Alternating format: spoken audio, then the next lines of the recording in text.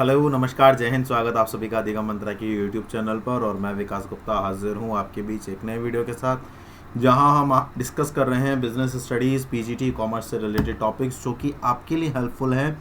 जो भी MP TET वर्ग 1 की प्रिपरेशन कर रहे हैं, टीजीटी यूपी टीजीटी पीजीटी की प्रिपरेशन कर रहे हैं और जो भी आने वाले एग्ज़ाम्स जैसे DSSB वगैरह को देख रहे हैं या उनकी प्रिपरेशन कर रहे हैं, उनके लिए ये सारे वीडियोज़ जो हैं बहुत ज़्यादा हेल्पफुल हैं।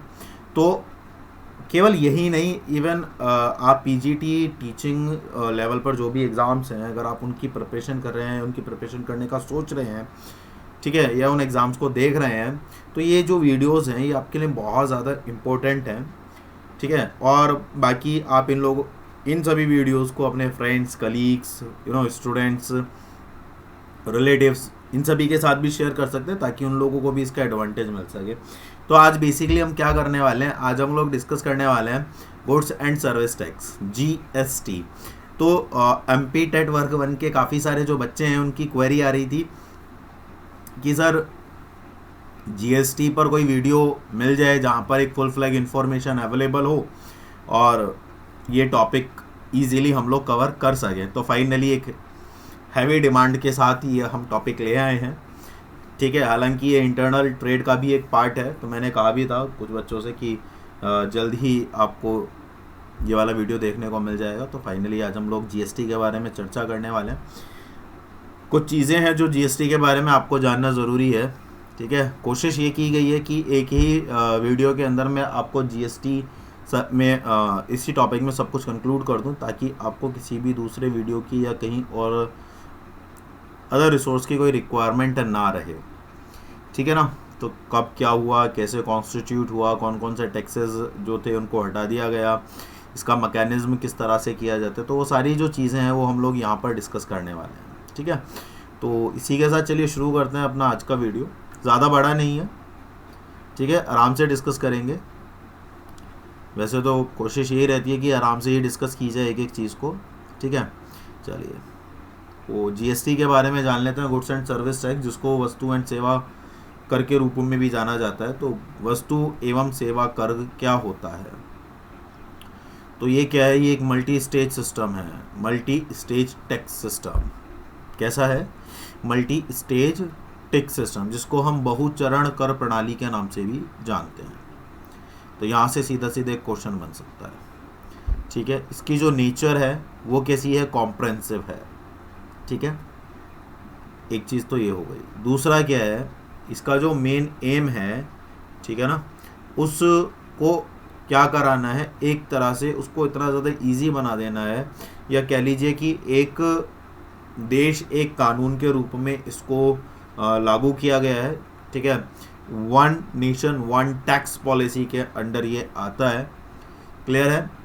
और इसमें जितने भी हमारे जो इनडायरेक्ट टैक्सेस थे, अप्रत्यक्ष कर, जितने भी हमारे अप्रत्यक्ष कर थे, ठीक है, उनका जो भी परिवर्तनशील प्रभाव होता था, कास्केडिंग सिस्टम होता था, प्रभावशाली परिवर्तनशील इसको प्रभाव कहा जाता है, उनको हटाना था। क्या करना था, उनको हटाना था, उनको कर्ब करना, मतलब अंकुश लगाना था, जिससे क्या किया जा सके, जिससे पूरे थ्रू आउट द इंडिया इसको क्या किया जा सके, इम्प्लाइड किया जा सके। तो कुल मिलाकर के इन शॉर्ट में मैंने चीज़ें हाईलाइट कर दी। अब मैं आपको डिफाइन कर देता हूँ कि गुड्स एंड सर्विस टैक्स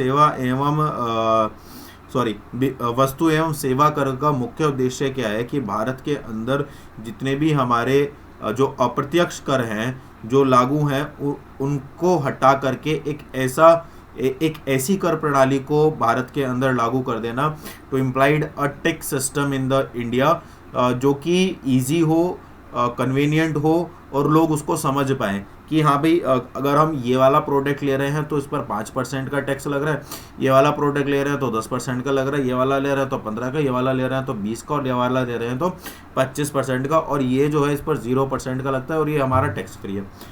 अब पहले क्या होता था, पहले अगर हम कोई भी कमोडिटी या कोई भी गुड्स और सर्विस कंज्यूम करते थे तो उस पर अलग अलग तरह के सेंट्रल और स्टेट दोनों के ही टैक्सेस लगा करते थे और हमें पता ही नहीं होता था कि कौन सा टैक्स कितना % लगा हुआ है। तो और जबकि हर व्यक्ति के लिए भारत जैसे जो इतना बड़ा लोकतांत्रिक देश है, डेमोक्रेटिक कंट्री है, जिसमें व्यक्तियों को अधिकार दिया गया है हर बात जानने का, वहाँ पर लोगों को पता ही नहीं कि वो टैक्स पे कर रहे हैं, लेकिन वो टैक्स किस चीज़ का पे कर रहे हैं और कितना % पे कर रहे हैं और क्यों पे कर रहे हैं, है ना। तो ये 3 बेसिक सवाल उनके। अब क्या है, अब हमें ये पता होता है कि हाँ भाई हम कोई टैक्स, इनडायरेक्ट टैक्स पे कर रहे हैं, तो वो कौन सा टैक्स है, गुड्स एंड सर्विस टैक्स है। हमने कोई गाड़ी खरीदी है तो लग्जरियस गुड्स के अंदर आ रहा है, उस पर जो टैक्स लग, तो उस पर कितना % टैक्स लग रहा है, 28% का GST लग रहा है। तो इसने क्या किया है, इसने एक पूरा जो टैक्सेशन सिस्टम है कि भाई हम टैक्स देते रहते हैं, ये करते हैं, वो करते हैं, कितना देते हैं कुछ पता नहीं चलता, घोटाला हो रहा है, भ्रष्टाचार हो रहा है, करप्शन हो रहा है। तो जो एक अंकुश लगा हुआ था उसको हटाने का काम GST के द्वारा किया गया है। अब GST काम कैसे करता है ये इसको देख लेते हैं एक बार। इसका है ना, तो मैन्युफैक्चरर, सर्विस प्रोवाइडर, रिटेलर और कंज्यूमर, ये 4 लोग जो हैं मेन पिलर हैं। तो जो मैन्युफैक्चरर है, तो मैन्युफैक्चर क्या करता है, विल हैव टू पे GST on the raw material that is purchased. जो भी कच्चे माल की खरीद होती है उत्पाद बनाने के लिए, या जिस भी वैल्यू को ऐड किया जाता है ना, जिस वैल्यू को क्या किया जा रहा है, ऐड किया जा रहा है, इसको भी हाईलाइट कर देता हूँ, the value that has been added to make product, उस पर टैक्स लगाया जाता है। ठीक है, जैसे मान के चलिए मैंने कोई माल खरीदा, उसमें डेफिनेटली मैं कोई ना कोई वैल्यू ऐड करूँगा, तो जो वैल्यू मैंने ऐड किया है उस पर GST लगेगा। सर्विस प्रोवाइडर क्या करता है, सर्विस प्रोवाइडर जो भी सेवा देने वाले लोग हैं, they are responsible to paying GST on both the products purchase price and the value added to it. उन्होंने जो प्रोडक्ट खरीदा है उस पर भी वो GST पे करेंगे, और जो वैल्यू वो उसमें ऐड कर रहे हैं उस पर भी उनको GST पे करना होगा। क्लियर है, ठीक है ना। हालांकि इसमें एक चीज़ और है, जो मैन्युफैक्चरर्स टैक्स पेमेंट में be deducted from the total GST, है ना। जो मैन्युफैक्चर ने जितना टैक्स पे किया है उसको आप इसमें से क्या कर सकते हो, घटा सकते हो, क्योंकि वो ऑलरेडी से एक बार जा चुका है। ठीक है ना, आप समझ रहे हो भाई, कोई चीज़ प्रोड्यूस हुई, वो मैंने किसी दूसरे व्यक्ति को बेची, उसने उसको खरीदा, अब उस पर ऑलरेडी जो वैल्यू ऐड की गई थी, मान के चलिए ये पेन है, ये पेन मैंने, ये दिख रहा है पेन सबको, ये वाला जो पेन है ना, ये जो पेन है, ये पेन मैं मैन्युफैक्चर करता हूँ और इसकी मेरी कॉस्टिंग आ रही है 100 रुपीज़। ठीक है, अब इसकी कॉस्टिंग मेरी 100 आ रही है, मार्केट में मैं ये 250 का बेच रहा हूँ। ठीक है, ये मैंने आपको बेचा 250 का। इसका यूज़ करके आप क्या करते हो, आप ऑनलाइन ट्यूशन्स पढ़ाते हो। ठीक है, वहाँ से आप सर्विस जनरेट करते हो। ठीक है, और उस पर आप GST पे करते हो। क्लियर है ये वाली कहानी। अब तो जो वैल्यू मैंने, अब सर्विस प्रोवाइडर में क्या कहा है कि जो वैल्यू, जो एसेट या जो भी मटेरियल उन्होंने, जो भी प्रोडक्ट उन्होंने खरीदा है उस पर भी उनको GST देना होगा, और जो सर्विस प्रोवाइड कर रहे हैं उस पर भी उन्हें GST देना होगा। लेकिन जो वैल्यू एडेड मैन्युफैक्चरर के द्वारा या प्रोड्यूसर के द्वारा इस पेन में ऐड की गई है उस पर जो GST लगा है, आप उस वैल्यू को रिड्यूस कर सकते हो। माने जो 150 रुपये की वैल्यू ऐड करने पर जो GST बना था, आप उस वैल्यू को क्या कर सकते हो, रिड्यूस कर सकते हो। तो आपका कल एक ही चीज़ बचेगा कि भाई आपने जो सर्विस प्रोवाइड की है ना, क्योंकि अगर आप उस वैल्यू पे भी दोगे तो डबल टैक्स सिस्टम हो जाएगा कि एक तो मैन्युफैक्चरर ने लगाया, फिर आपने उसको खरीदा, आपने भी GST पे किया, तो 2 बार GST चला गया, तो उससे तो कॉस्ट और महंगी हो जाएगी। तो इसीलिए इस वैल्यू पर ऑलरेडी से पेमेंट जा चुका है। हाँ, अगर आप उसको फर्दर आगे फिर बेचते हो वैल्यू ऐड करके, तो जो वैल्यू आपने ऐड किया उस पर GST लगेगा। क्लियर है, तो ये एक चीज़ है। तीसरा आता है रिटेलर। तो रिटेलर को क्या करना है, it must be paid by the retailer on both the product they bought from the distributor and margin they added. Same कहानी। दूसरा क्या है, सेम कहानी यही है। However the retailer tax payment में be deducted from the total amount of GST। जो already से GST पे किया जा चुका है उसको क्या कर देना है, रिड्यूस कर देना है। तो इसका मतलब क्या है, इसका मतलब यह है कि रिटेलर के द्वारा जो मार्जिन ऐड किया जाएगा, जो प्रॉफिट गेन किया जाएगा, ये कह सकते हैं, उस पर GST लागू होगा। और अगर जो जिससे रिटेलर ने सामान खरीदा है, अगर उसने उस पर जीएसटी का पेमेंट नहीं किया, तो फिर जो रिटेलर है उसने जो परचेज किया है उस पर भी उसको जीएसटी देना पड़ेगा, और जो मार्जिन है उस पर भी उसको जीएसटी पे करना होगा। तो ये 3 चीज़ें हैं। अच्छा, कंज्यूमर को, भाई सीधी बात है, कंज्यूमर जो सारा जीएसटी जो है वो कौन पे करेगा? कंज्यूमर पे करेगा।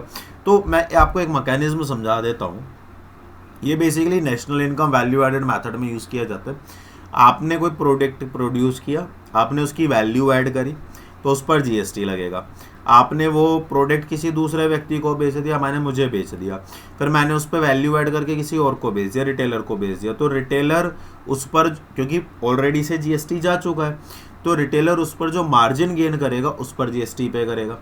फिर रिटेलर से वो चला गया कंज्यूमर के पास। अब कंज्यूमर ने जो खरीदा उसका पूरा भार किसके ऊपर जाएगा?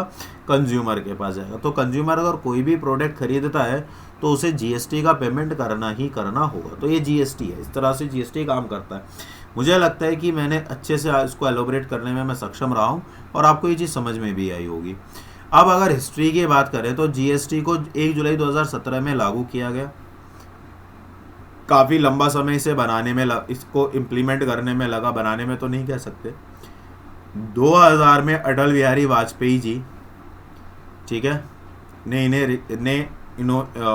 ने जीएसटी को रिकमेंड किया था। Then prime minister of India जो हैं उन्होंने एक कमेटी सेटअप करी जिन्होंने एक जीएसटी लॉ का ड्राफ्ट बनाया। 2004 में एक टास्क फोर्स कंक्लूड की गई ताकि न्यू टैक्स स्ट्रक्चर को क्या किया जा सके, प्रिपेयर किया जा सके, ताकि enhance the tax regime at the time. तो 2004 से इसमें दिया हुआ है, पहले से भी प्रयास चल रहे थे। 2004 में एक कमेटी पर विचार किया गया, उसको लेकर के जो तत्कालीन प्रधानमंत्री थे उन्होंने एक कमेटी बनाई। फिर 2000 में अटल बिहारी वाजपेयी ने भी रिकमेंड किया और फाइनली 2017 में इसे पूरे देश में लागू कर दिया गया। ये इसकी छोटी सी हिस्ट्री है। कितना समय लगा? 10 साल इसे बनाने में लगे। 30 प्लस से ज़्यादा सब ग्रुप और कमेटियां रहीं। 18,000 से ज़्यादा जो चर्चाएं रहीं लोगों की, जीएसटी काउंसिल की, वो रहीं 18,000 घंटों से ज़्यादा। 14 आपकी एग्जीक्यूटिव कमेटी मीटिंग्स रहीं 10 साल में, और 13 goods and service tax council meetings रहीं 6 महीने में। 175 से ज़्यादा ऑफिसर्स मीटिंग हुई, अधिकारियों की बैठकें हुई। कॉन्स्टिट्यूशन अमेंडमेंट हुआ, है ना, संविधान में संशोधन किया गया, और उसके लिए 5 कानून को अप्रूव किया गया कोलैबोरेटिव एफर्ट्स के साथ। सहयोगी प्रयास से 5 कानूनों में परिवर्तन किया गया और उसके बाद जीएसटी को लागू किया गया। इसमें कुछ ज़्यादा समझाने वाली बात है नहीं, याद करने वाली बात है, समझने वाली बात है। 5 से ज़्यादा कानून बदले गए, कॉन्स्टिट्यूशन में अमेंडमेंट किया गया, 175 से ज़्यादा अधिकारियों की बैठकें हुई, 14 एग्जीक्यूटिव मीटिंग्स हुई, 13 goods and service council meetings हुई, 18,000 घंटे से ज़्यादा का जो है डिस्कशन रहा, 30 प्लस से ज़्यादा ग्रुप्स रहे, सब ग्रुप्स रहे, और बनाने में 10 साल का समय लगा। मुझे लगता है इसमें सबसे इम्पोर्टेंट अगर कोई चीज़ हो सकती है तो कितना समय लगा, ठीक है, कितने ऑफिसर्स लगभग शामिल थे, और कितने कानूनों में परिवर्तन किया गया। ये 3 चीज़ें जो हैं मेरे ख्याल से ये पर्याप्त हैं। आगे बात करते हैं। इनडायरेक्ट टैक्सेस जो थे जिनको हटा करके जीएसटी को लागू किया गया, तो कुछ टैक्सेस मैंने प्रयास किया है डालने का। ये सारा जो डाटा है ये ऑथेंटिक है, ठीक है। सेंट्रल टैक्सेस में सेंट्रल एक्साइज ड्यूटी हुआ करती थी, एडिशनल ड्यूटीज ऑफ एक्साइज हुआ करता था। एक्साइज ड्यूटी जो कि मेडिसिनल और टॉयलेट प्रिपरेशन एक्ट के अकॉर्डिंग लगाई जाती थी। अब आप ऐसे ऐसे टैक्स के नाम सुन रहे हो जो आपने कभी नहीं सुने होंगे। Additional duties of customs, service tax आपने सुना होगा, सरचार्ज और सेस लगा के आता था। State value added tax, central sales tax, purchase tax, entertainment tax, luxury tax, entry tax, tax on lottery, betting और गैम्बलिंग, सरचार्जेस और सेसेस के भी लगा करते थे। 1 2 3 4 5 6 7 8 9 10 11 12 13 14 अब अगर मैं आपसे पूछ लूँ कि एक कुरकुरे खरीदने पर आपको कितना % बताओ जो है टैक्स दिया करते थे, हो सकता है नहीं बता पाओगे। या पहले जब हम होटल्स वगैरह में जाते थे तो वहाँ पर वैल्यू एडेड टैक्स लगा करता था, तो कितना % लगा करता था नहीं पता होता था, लेकिन अभी लिखा हुआ होता है बिल में कि 18% का जो है वैल्यू एड जो है गुड्स GST लगा है, 9% CAGST है और 9% जो है SGST है। तो ये एक चीज़ है, तो यहाँ पर अंतर हो जाता है। क्लियर है? अब हमें जानकारी है, क्लियर है? चलिए, features of constitution amendment act, क्या क्या फीचर्स रहे? जैसे अल्कोहल फॉर ह्यूमन कंजम्पशन, ये पावर दे दी गई स्टेट को, वो चाहे तो GST लगा सकता है, नहीं चाहे तो नहीं लगा सकता। 5 पेट्रोलियम प्रोडक्ट्स, मतलब कुल petro products, goods and service tax council to decide the date. अभी तक पेट्रो प्रोडक्ट्स पर GST नहीं लगता है, इलेक्ट्रिसिटी पर GST नहीं लगता है। टोबैको, इस पर GST लगता है, लेकिन इस पर जो एडिशनल एक्साइज ड्यूटी है उसको भी लगाया जाता है और समय समय पर इस पर एक्साइज ड्यूटी जो है वो बढ़ा दी जाती है ताकि इनको और कॉस्टलियर किया जा सके। एंटरटेनमेंट टैक्स, ये power to tax remains with the state. अगर स्टेट चाहे तो एंटरटेनमेंट टैक्स लगा सकता है, नहीं तो नहीं भी लगा सकता है। जैसे आपने सुना होगा कि कोई मूवी टैक्स फ्री हो गई तो उस पर टैक्स नहीं लगेगा, ये कहानी है। तो ये स्टेट के ऊपर होता है, स्टेट टू स्टेट अलग अलग होता है। जैसे भी द केरला स्टोरी है, तो कुछ स्टेट्स में जो है टैक्स फ्री कर दिया गया है, तो उस पर आपको कोई टैक्स पे नहीं करना होगा। तो ये जो पावर है ये किसके हाथ में? स्टेट्स के हाथ में। तो यहाँ पर ये 4 चीज़ें भी मैंने आपको इंक्लूड करती हैं। मुझे लगता है कि अभी तक का जो अपना सेशन चल रहा है बहुत अच्छा चल रहा है। इसमें 2 सिस्टम हम लोग यूज़ करते हैं, एक करते हैं HSN सिस्टम और एक करते हैं हम SAC। एक एक करके हम लोग समझेंगे। यहाँ से क्वेश्चन ज़रूर बनाए, पीछे कुछ टाइम्स में देखा गया है कि ये जो कमिटीज़ हैं उनका एक फेवरेट क्वेश्चन रहा है। HSN होता क्या है? इसको बोलते हैं harmonise system numerical code number, ठीक है ना। इसका मतलब क्या होता है? इसका मतलब होता है एक ऐसा कोड, एक ऐसा नंबर जो वर्ल्ड वाइड आप इजीली ट्रैक कर सको। अब समझो इस चीज़ को, ये काम कैसे करता है।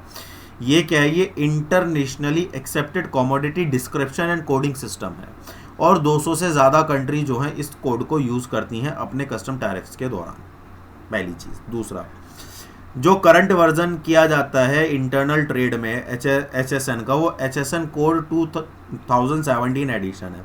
इससे, ठीक है ना, HSN कोड 2017, ठीक है। इससे पहले जो था वो HSN कोड 2012 था।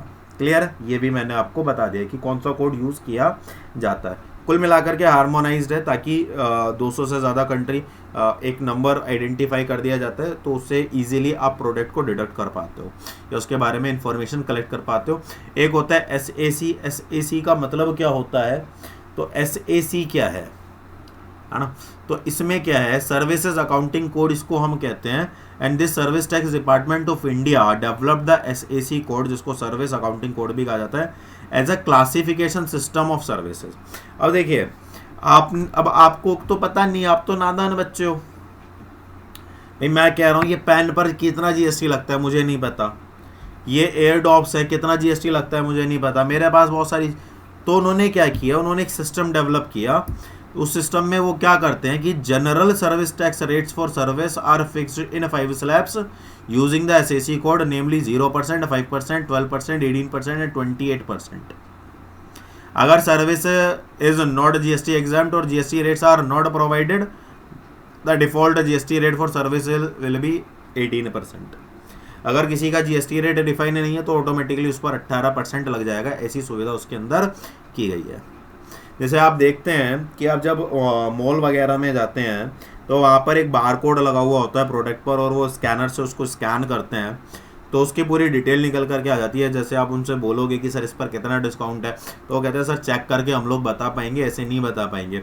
तो वो जब चेक करते हैं तो उस पर GST लग जाता है, कॉस्ट, GST और या उस पर जो डिस्काउंट है, वो सारा कुछ कैलकुलेट करने के बाद ऑटोमेटिकली एक जो उसका फिगर है वो स्क्रीन पर आ जाता है और वो बता देता है कि सर आपको ये प्रोडक्ट जो ये प्रोडक्ट का प्राइस है वो 1500 है, बट ये आपको 1120 का पड़ेगा।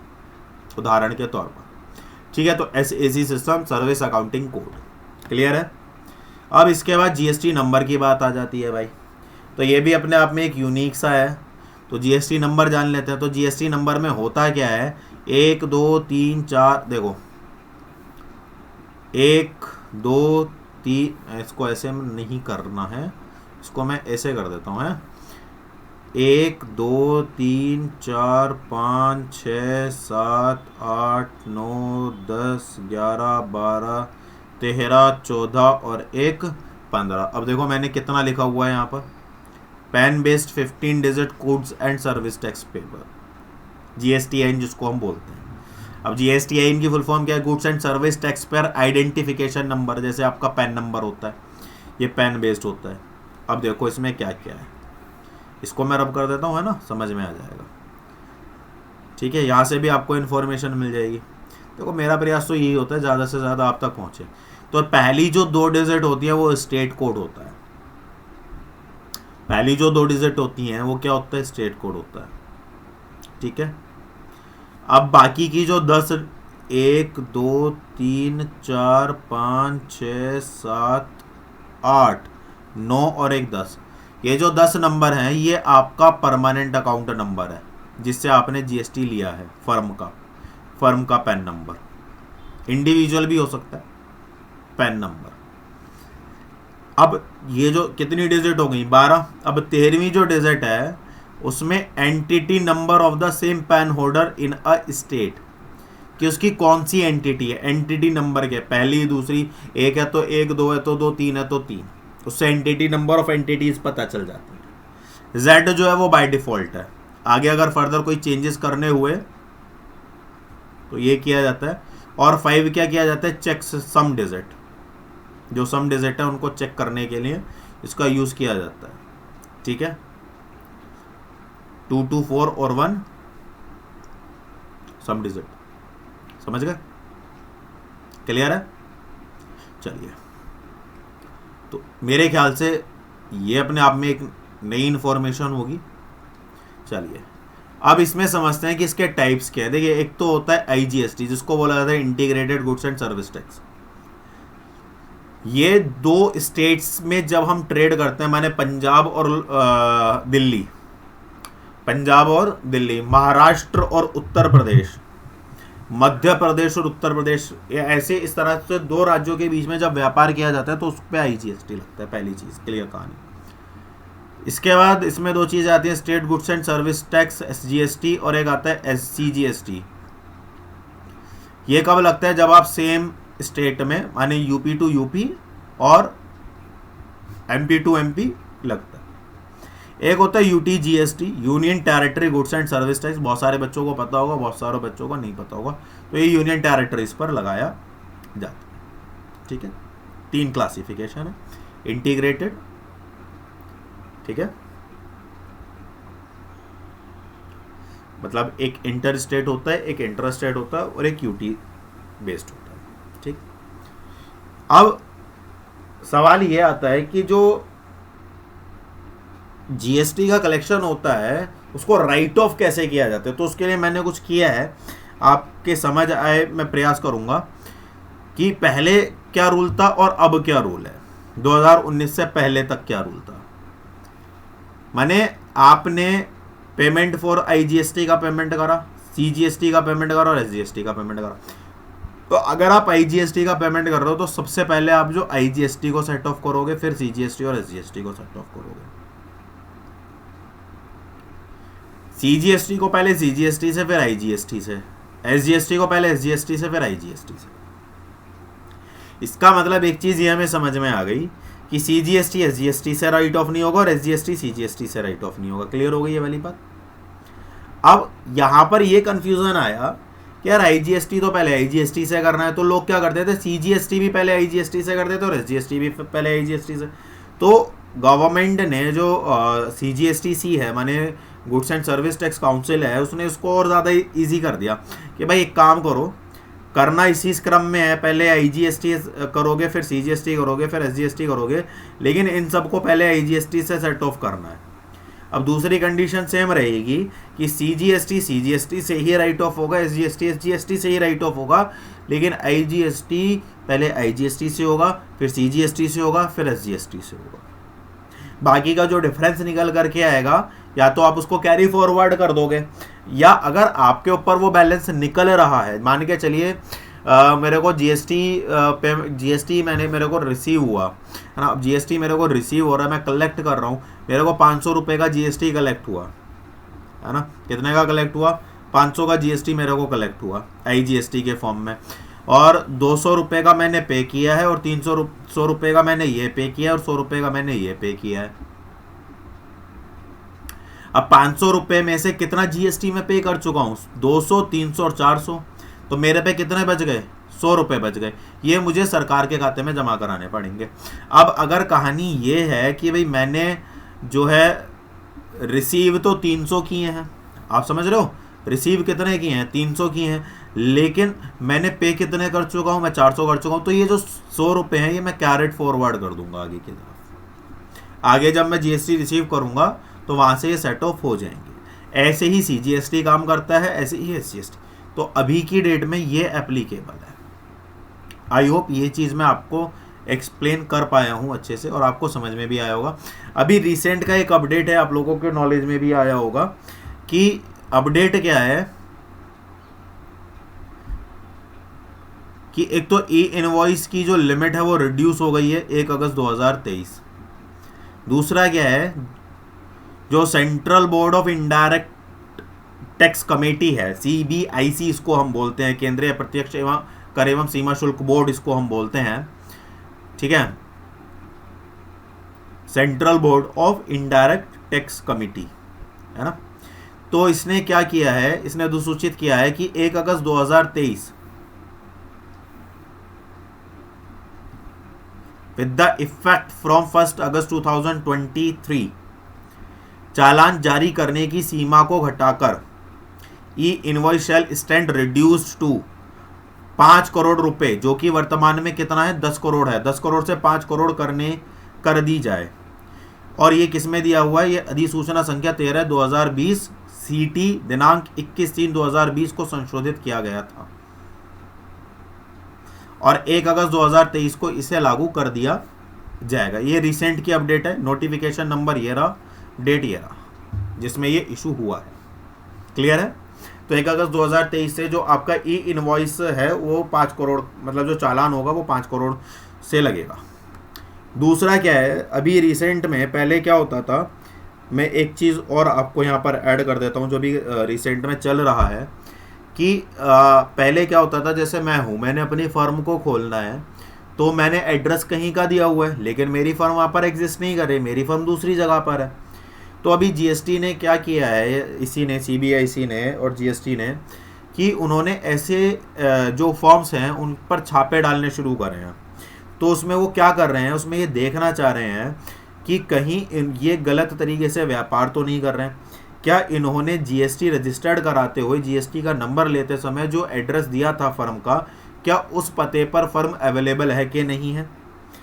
आप समझ में आ रहा है। कहीं कारण क्या है कि कहीं डुप्लीकेट फर्म खोल करके या अन्य किसी माध्यम से कर चोरी का प्रयास तो नहीं किया जा रहा है। तो इसलिए जगह जगह पर छापे लगाए जा रहे हैं। अब वहाँ पर ऑब्वियस सी बात है कि बहुत सारे लोग ऐसे होंगे, तो वहाँ पर एक लाभदायक खबर ये है कि जीएसटी ने ये कहा है कि जिन लोगों के कागज पूरे हैं, जो ऑथेंटिक हैं, या जो किसी भी तरह के गलत या कह लीजिए कि माल प्रैक्टिस में इन्वॉल्व नहीं है, उन्हें घबराने की आवश्यकता नहीं है। उन्हें केवल अपने जो भी पेपर हैं, जो भी उनके डॉक्यूमेंट्स हैं, उनको वो संभाल के रखें और जब भी कोई भी कमेटी या टीम आए तो उनके साथ बात करके उन पेपर्स को दिखा करके उन्हें रख दें। घबराने की ज़रूरत उन्हें है जो गलत तरीके से या गलत इंटेंशन के साथ या माल प्रैक्टिस के पर्पज़ से, ठीक है, उन्होंने जीएसटी का नंबर गलत पते से लिया हुआ है, उन्हें घबराने की ज़रूरत है। बाकी जिनका अच्छा व्यापार चल रहा है या जो सिस्टमेटिकली काम कर रहे हैं, उन्हें इस बारे में घबराने की आवश्यकता नहीं है। तो रिसेंट में ये चल रहा है, क्लियर है, और ये लगभग जो है 30 जून तक चलेगा। क्लियर है। तो ये एक चीज़ है। तो जीएसटी से रिलेटेड अब तक की जितनी भी चीज़ें हुई हैं मैंने आपको वो सारी चीज़ें बता दी हैं। अब आप मुझे एक तो ये है कि एक तो इसको लेकर के जितने भी चीज़ हैं, डाउट हैं, प्रॉब्लम है, क्वेरी है, वो आप मुझे भेज सकते हो। मैंने आपको अपना जो लिंक है, लिंक्स क्या किया मैं, adigammantra@gmail.com, क्या बोलते हैं इसको, जीमेल आईडी, जो जीमेल आईडी है उसको मैंने आपको शो कर दिया, वहाँ पर भी आप लिख सकते हो। बाकी अगर आपको लगता है कि कहीं पर कोई चीज़ करेक्ट होनी है, ऐड होनी है, कोई भी आपका सजेशन है, कोई भी आपकी बात है, तो आप वो मुझे कमेंट सेक्शन में लिख सकते हो। बाकी इस वीडियो को ज़्यादा से ज़्यादा लोगों तक पहुंचाओ ताकि ज़्यादा, क्योंकि जीएसटी एक ऐसा टॉपिक है जो आपको हर तरह के एग्जाम्स में मिलेगा, चाहे बैंकिंग वगैरह कोई भी एग्ज़ाम आपका हो, ये आपको मिलेगा ही मिलेगा। ये इंपॉर्टेंट टॉपिक है, इसको अच्छे से आप करिएगा। वीडियो कैसा लगा, पसंद आया, अच्छा लगा, नहीं पसंद आया, जो भी आपका जो भी आपका एक्सपीरियंस है वो आप कमेंट बॉक्स में मुझे ज़रूर बताइए। वीडियो को लाइक ज़रूर कीजिए। और ये वीडियो बहुत मतलब जब हम टैक्स वगैरह की या कॉन्स्टिट्यूशन वगैरह की बात करते हैं तो वहाँ पर वैसे तो सारी चीज़ें कॉमर्स में फैक्ट्स बेस्ड ही होती हैं, है ना। बस कोई एग्जांपल्स वगैरह देना होता है तो वो हाइपोथेटिकली होता है, बाकी तो सब कुछ रिटन में है ही। तो ये सारी चीज़ें बड़े ध्यान में रख करके बनानी पड़ती हैं, सारी इन्फॉर्मेशंस को कलेक्ट करके। और ये ऑथराइज्ड वेबसाइट से लिया गया डाटा है, इसलिए जो मैंने आपको एक इन्फॉर्मेशन दी थी ये वाली, यहाँ पर मैंने आपको जो है इनका नोटिफिकेशन नंबर भी, मैंने यहाँ पर जो सोर्स है नोटिफिकेशन नंबर ये है, ये भी मैंने आपको मेंशन किया है, ठीक है। तो ये एक चीज़ है। बाकी वीडियो को लाइक ज़रूर कीजिए और शेयर कीजिए सभी लोगों के साथ, ताकि इसमें एक मैसेज भी है लास्ट वाला, ठीक है, तो उसको भी शेयर कर सकते हैं आप कट क्रॉप करके एज अ शॉर्ट में, ताकि सभी लोगों को इन्फॉर्मेशन हो सके और लोग पैनिक ना हो। ऐसा होता है कि लोग पैनिक हो जाते हैं, जैसे भी रिसेंट में एक अपडेट आया है कल कि 2000 के जो नोट की करेंसी है उनको 30 सितंबर 2023 के बाद वो लीगल टेंडर नहीं रहेंगे, तो लोग ऑटोमेटिकली पैनिक हो जाते हैं। भाई पैनिक होने की ज़रूरत नहीं है, केवल, और ये कोई डिमोनेटाइजेशन नहीं है, ये क्या है, ये क्लीन कैश पॉलिसी के तहत किया जाता है। जब कोई भी करेंसी गवर्नमेंट इशू करती है, आरबीआई इशू करता है और वो मार्केट में फ्लो नहीं होती है, तो इसका मतलब बहुत सारे जो लोग हैं उसको दबाए बैठे हुए हैं, वो ऑटोमेटिकली ब्लैक मनी में कन्वर्ट हो गया, अनअकाउंटेड मनी हो गया।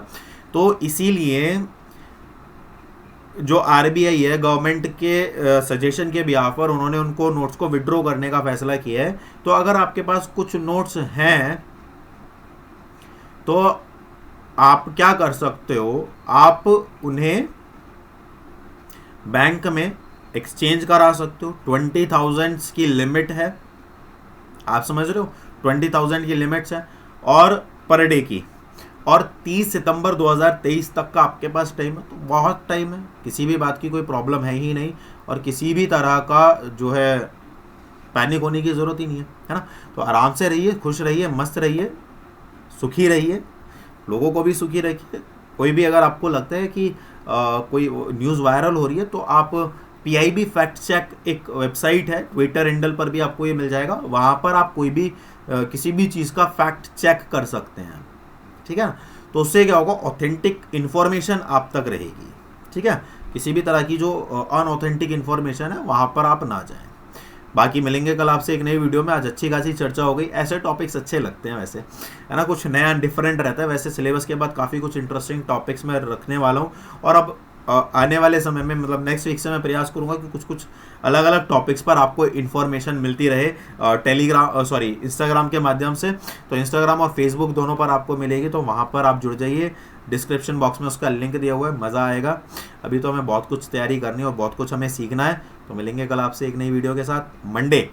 तब तक अपना ख्याल रखिए, खुश रहिए, मस्त रहिए। जय हिंद।